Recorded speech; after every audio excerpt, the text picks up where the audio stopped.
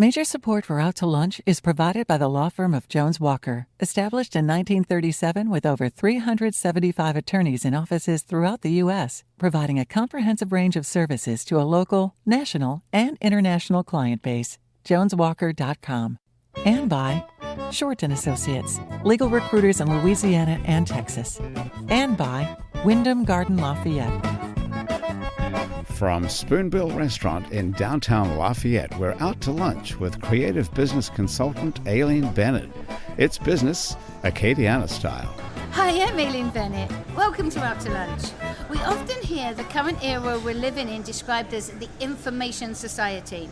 With the advent of the internet and mobile device, you have access to more information literally in the palm of your hand than any other human beings in history. To know everything in the world, you don't even need to be able to read. You can just say, "Hey Siri," or "Hi Google," and ask your device to tell you whatever it is you want to know.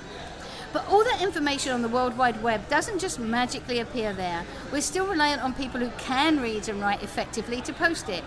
When it comes to information about what is going on in the world, those people are journalists. Journalists have typically written for newspapers. Up until a few years ago, if you wanted to read what journalists are writing, you had to buy a newspaper. But now we get most of our news online. And in information society, we expect information to be free. That trend has led to the well-documented demise of the daily paper. Except, not here. Here in Acadiana, we're in the atypical position of having a newspaper that is actually expanding, both in its staff and coverage. That newspaper is The Advocate. At The Advocate, one of the people behind this trend-bucking expansion and the person charged with figuring out how to make money out of information everyone expects for free is the company's publisher, Judi Terzotis. Judi, welcome to Out to Lunch. Thank you so much. No doubt, Judi has a massive task making a newspaper profitable. But you have your own struggles with money, we all do. Most of us somehow manage to spend all of the money we make. Even if we get a raise or we win the lottery, somehow we find a way to spend it all. So that when it comes time to buy something we really want or really need, we stress out about it. Or we put it on a credit card and stress about it every month for years to come. Wouldn't it be great if you could figure out how to live within your means, have everything you want within reason, be happy, and even have savings? According to Molly Richard, that doesn't have to be a fantasy. That can be your real life. Molly's company, Splendor Financial Wellness, takes ordinary people like you and me through a unique process that is focused on how our finances are linked to our psychological and emotional states and raises our financial IQ to the state of actual happiness. Molly, you're unlocking something here revolutionary in its simplicity. Welcome to Out to Lunch. Thank you. Glad to be here. Judi, I'm sure every time someone talks to you about how newspapers make money in the digital age, they bring up the New York Times. The New York Times charges $20 a month for a digital subscription. With over $700 million in digital revenue alone, the newspaper is extraordinarily profitable. Is there anything in the way the New York Times has pioneered making money from a digital newspaper that you can apply to The Advocate? Or is the Times in a universe of its own and you have to do something completely different for the smaller digital market like ours? Yeah, that's a great question. In fact, being privately held, we are the anomaly. John Georges bought The Advocate 6 years ago and has just been on a tear in terms of expansion. I mean, he believes in building information media companies contiguously in the footprint. So, started in Baton Rouge, expanded to New Orleans, and expanded to Acadiana. And part of my charge I worked for Gannett for 25 years, publicly traded company that was very on the forefront of launching digital subscriptions and, diversifying the revenue stream both for readership and for revenue. And so we're looking at how do we take a piece of what the Times is doing and make sense for our market. So we launched a paywall, but it's a very flexible, it's not a one size fits all. Most paywalls are you get 15 articles a month, and then after that 30 days, then it refreshes. So if you burn through those 15, you gotta wait 29 days before you get 15 more. Ours is a variable, flexible meter based on how much you read.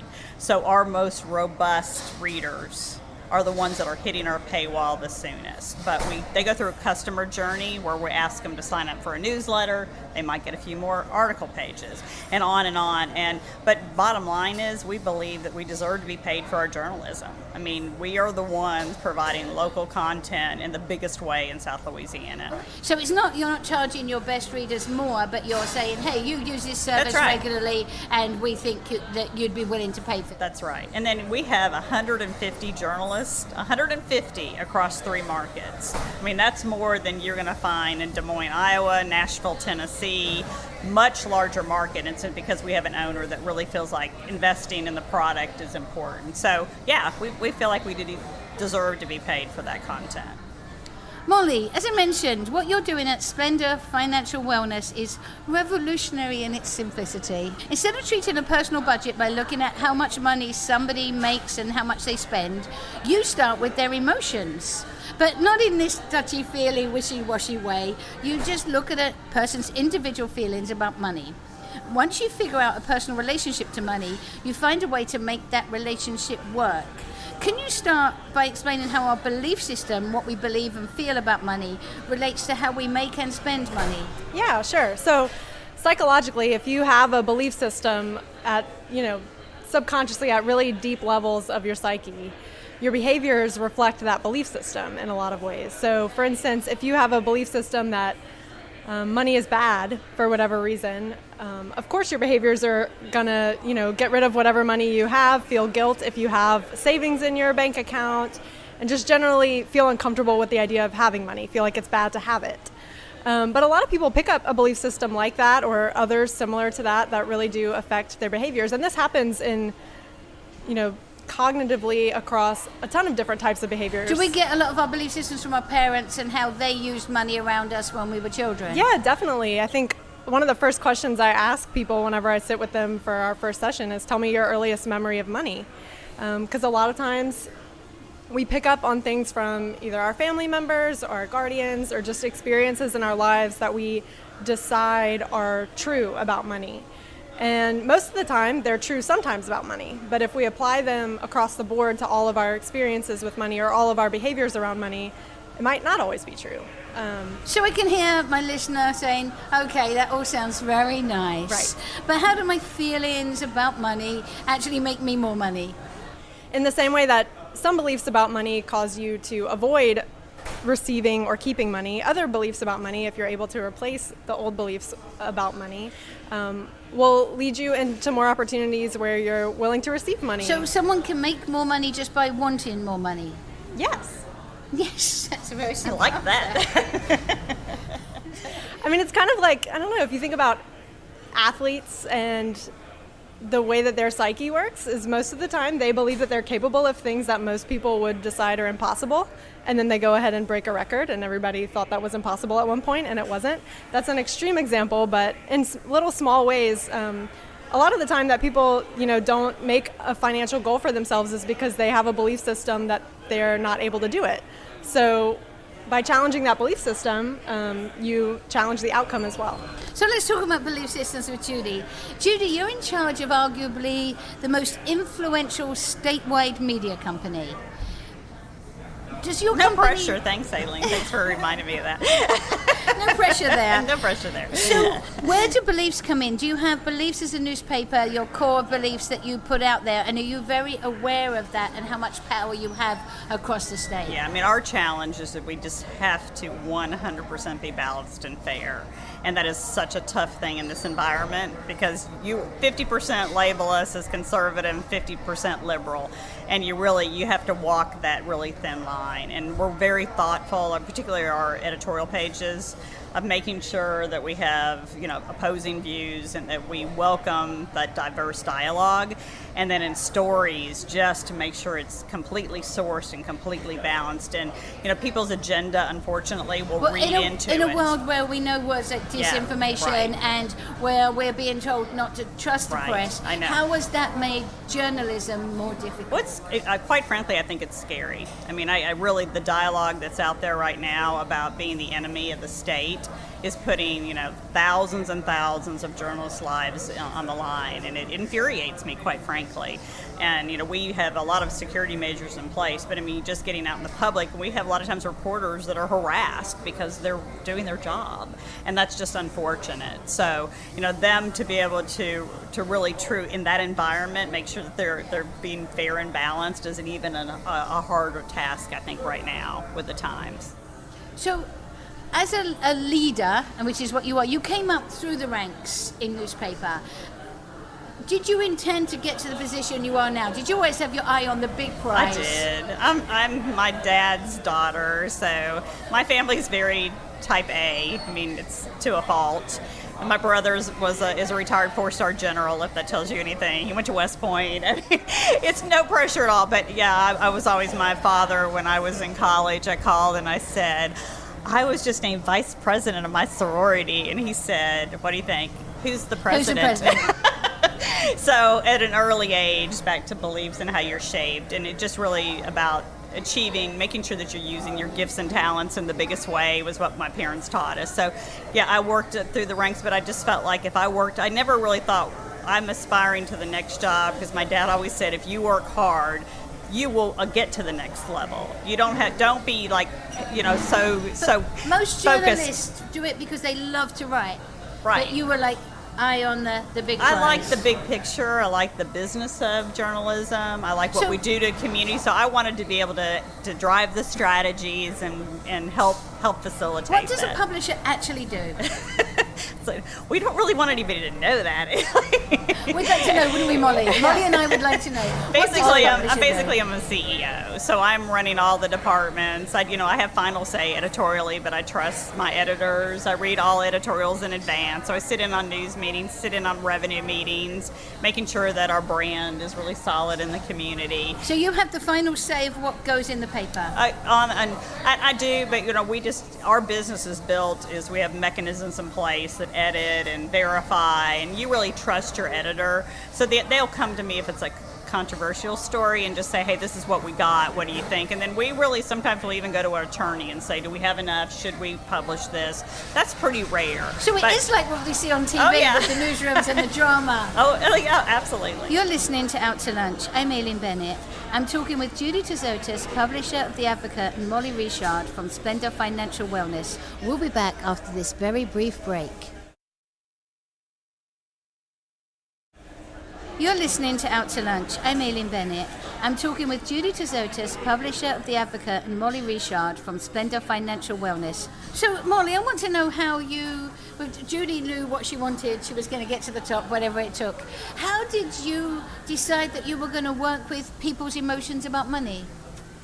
Good question. I think there are a number of different experiences in my life that led me to do that. One of them is I did a volunteer year. I took a vow of poverty, which looking back on is really interesting to think about. So a vow of poverty, it doesn't just mean I've got no money and I did the Jesuit Volunteer Corps for a year right after college, so committed to living off of $100 stipend and then sharing housing and food money with 6 other people. $100 for how long? For a month. Okay. Sorry. Because a day, that's not too bad. A day, no big deal. But anyway, it got, at that point there wasn't wiggle room. I couldn't just I think I will eat out tonight. There was no space for that. I had to be very intentional about how I spent my money and what I wanted to do with it. And so I think that foundation made it very clear that if I prioritized, things could work out. I could make things work, even living off of hardly anything. So we live in America, as you know, it's built on capitalism. Right. So how are people understanding your business in Lafayette? Are they catching on quickly, or are you spending a lot of time trying to explain what it is you do? No, I think they are catching on quickly. I mean, the big thing is that finances is one of the most stressful areas of most people's lives. But your therapist is not necessarily exempt from those same stresses. So, going talk to a financial advisor in a suit about your money when all you want to do is cry whenever you talk about it is a very different experience than coming to talk to me about it and just opening up a space that's been taboo in your life for as long as you've been alive. So I think what's most appealing about the work that I do is it gives people a place to just ask questions that they've never felt comfortable asking. Like, am I doing this right? Am I, like, how does my credit card work? What should be my plan? Like, all different ages, people are like, am I doing this right?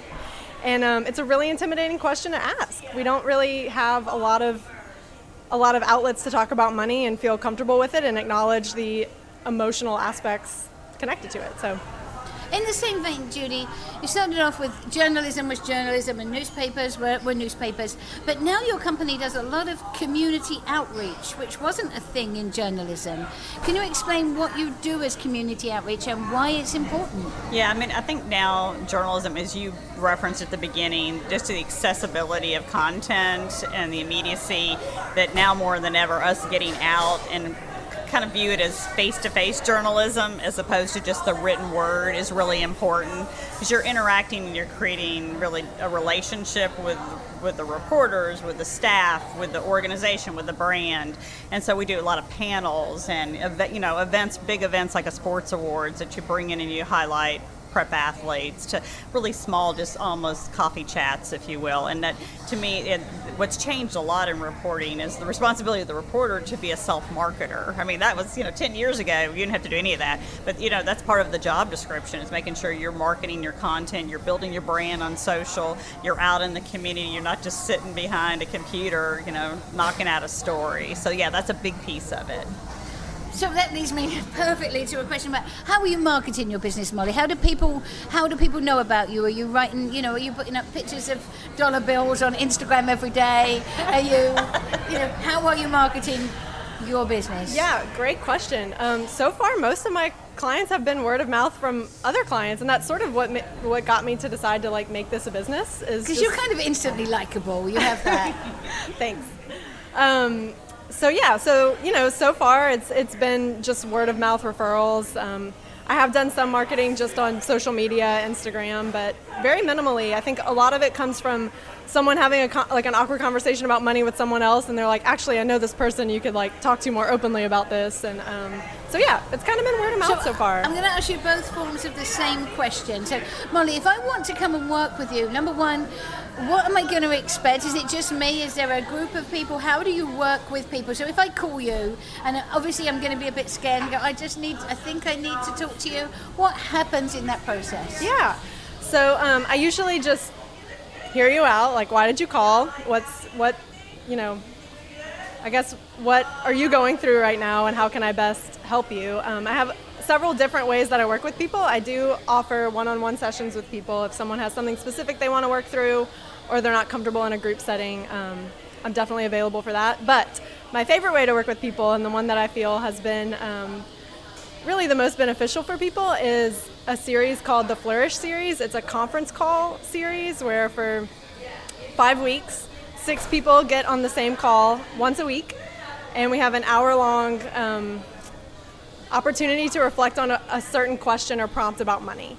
And I think what's most powerful about that series is that it's really breaking a taboo. 6 strangers who have never gotten the opportunity to talk about what money really feels like, or what questions they really have about it, or what they want from it. It's pointless to just want money for money's sake, but whenever people are like, I really, really, really want to go back to school and not have to be in a ton of debt about it, or I really, really, really want to be able to take my family on a vacation once a year and not feel guilty the whole time that we're trying to enjoy, each other's company. Anyway, it opens up a space for 6 people to share their very unique experiences about it, and process it with other people who are processing their own unique experiences. So the cool thing about it too is that we never comment on each other's experiences or offer advice to each other. It is strictly a witnessing space where we're just here, you're part of what's going on, and I'm being heard when I'm telling my part of what's going on, and we're just bit by bit chipping away at a taboo and getting more comfortable with a topic that is really a huge part of everyone's life. Before we change gears, the same question to you, Judi. I've got something I think should be a story in the paper. What do we do? Well, don't email a press release. We Do get not email a press release. hundreds Okay, and hundreds and hundreds of press releases. I did that this and that is such an old way of doing business. It's personal phone call to a reporter, to an editor. It's, it's basically a story pitch. It's like, why should your readers care? And tagging them on Facebook? Absolutely, yeah, and just giving them a little bit of a news tip, and that's the piece. It's funny. It's just people send a press release and they think they should be done and it should get this big play. They never follow up with a phone call. They never, it's like you got to work it. And that's the part that, and thinking through our broad audience, like why do hundreds of thousands of people want to hear this story? Because that's the tough part. Sometimes people are like, that's really interesting for 12 people. Yes. Yeah. So let's ask the big important question, Judi. Why is the Advocate growing when other papers all around, not just the nation but the world, are shrinking? I say this over and over. It's our owners. I mean, this is John and Dathel George's. This is not how they made their money. They invested in the Advocate. I asked, John, why did you buy the Advocate? And he said, first of all, I want any business I buy at my age, I want to be curious and I want to be able to learn. And he said, but second, I want to give back to the communities that my family is growing up, and I want a legacy. So he approaches it from that perspective, not like most companies of like, how much profit can I drive? It's not that he doesn't want to make money, but it's more about this robust report. So we have more reporters than you would normally have at these size markets. The print product is, it's ridiculously big in a good way because it has more pages and more stories than you're going to see anywhere. And then digitally, what we've invested in, we're on the forefront of all the technology that you find at Washington Post and New York Times, the analytics behind it. We can right now tell you real time how many people are reading each story online and how far down they're reading that story. So we're reprogramming all the time. It's like a TV show. But all the stuff that goes on in the background is because we have an owner that believes in investing, and he doesn't like to cut corners. And it's pretty darn cool. It really, really is. So does online demand drive the news? Are you is it torn between, people like this, they'll click on it, they'll read it, do we write more of what they'll like, or do we write more of what's important? And are they a little bit of thing? both. A little bit of both. We obviously, the First Amendment and making sure that we have our communities back. But then we get to people. But then you have the weird, quirky story that people care about. The Popeyes chicken sandwiches. I'm sorry, people loved that story. They did, and but they were also brilliant marketers by saying they were out of them, and then the governor had the Little League kids there. And now you can take your own role and they'll put it in there. So you got to do a little bit of both, and you can't be so serious that it's just such a dry report. But if everybody clicks on cat pictures, do you eventually become a newspaper full of cat pictures? Hopefully not. No, but you do kind of go, okay, well, that's interesting, and so what else does that segment of the audience care about? And we have analytics on. I'm probably going to scare everybody with a big brother, but we tag our site, so we right now know every story that you've read, and we put them in folders, if you will, and so we know that you're a foodie, and so we're going to serve you up all of the marketing for our digital subscription based upon that content. So, yeah, so we watch the trends, but you have to have the balance. So the final question, what's the stressors in each of your jobs? What are the bits that are difficult? Are they always easy? Molly, what are the difficult bits for you? I think one thing that is important to me in the way that I interact with people is that I don't give people advice or tell people how they should handle their money.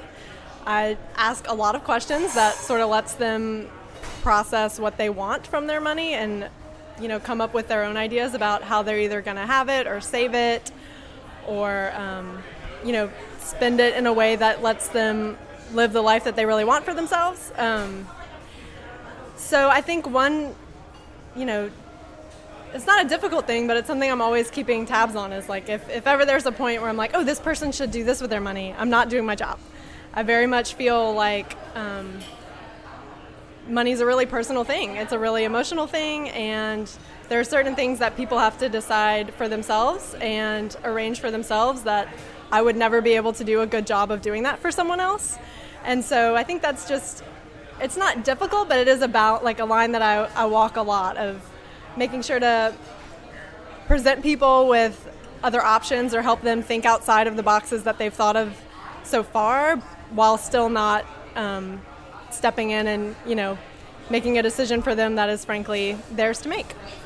Judi, There's a lot of different stresses in your job. There are. I mean, I guess number one is I go to work every day thinking about all the employees and their families that have put trust into our organization. So I carry that with me every day, that I make sure they're satisfied, they're challenged, and that, they're doing a job that's going to pay dividends for our company, because, nobody wants to worry about, in this business, most people are worried about, am I going to be laid off? Because so many media companies are downsizing. So thankfully we're not doing that, but that still weighs on my shoulders. I mean, that's probably number one. And I care about our staff, and I want them to grow and thrive, and I want them to have a life outside of our organization. And this is a very time-demanding business, so you have to really peel people away and make sure they're taking care of themselves. Thank you. The old saying, what you don't know can't hurt you, does not apply to our new information society. In fact, the opposite is true. The more you know, the stronger you are. Judi and Molly, in different ways, you're both in the business of empowering people through knowledge. Judi, keeping a newspaper financially afloat and profitable so that we all have access to reliable information, is a service to all of us. And Molly, giving people the tools to control their own finances is invaluable.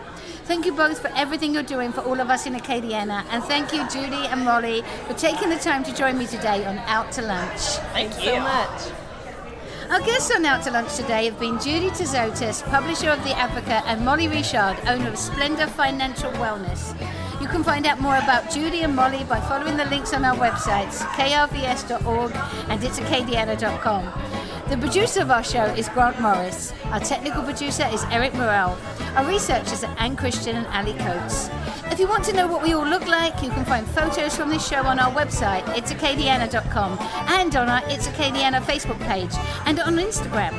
These photos were taken by Lucius A. Fontenot. You can find out more about Lucius at lafphoto.com.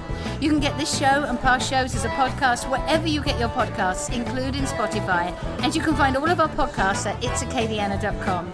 You can keep up with us between shows on Twitter, Facebook, and Instagram, and you'll find those links on our website, itsacadiana.com. Out to Lunch is a production of INO Broadcasting for itsacadiana.com and KRVS 88.7 FM. I'm Aileen Bennett. Thanks for joining me today. I look forward to meeting you again next week around the lunch table for more business Acadiana style on Out to Lunch. The Out to Lunch Acadiana theme music, Encore Monsieur Nice Guy, is written by Mitchell Foreman and performed by Mitchell Foreman and Andre Michaud. Major support for Out to Lunch is provided by the law firm of Jones Walker, established in 1937 with over 375 attorneys in offices throughout the U.S., providing a comprehensive range of services to a local, national, and international client base. JonesWalker.com. And by Short & Associates, legal recruiters in Louisiana and Texas. Support for Out to Lunch Acadiana comes from the Wyndham Garden Lafayette, located off Pinhook near Khalees Saloon. Wyndham Garden Lafayette is a pet and family-friendly hotel with reception space for large and intimate events, free parking, free Wi-Fi, and a free shuttle within 3 miles that includes the airport and downtown restaurants.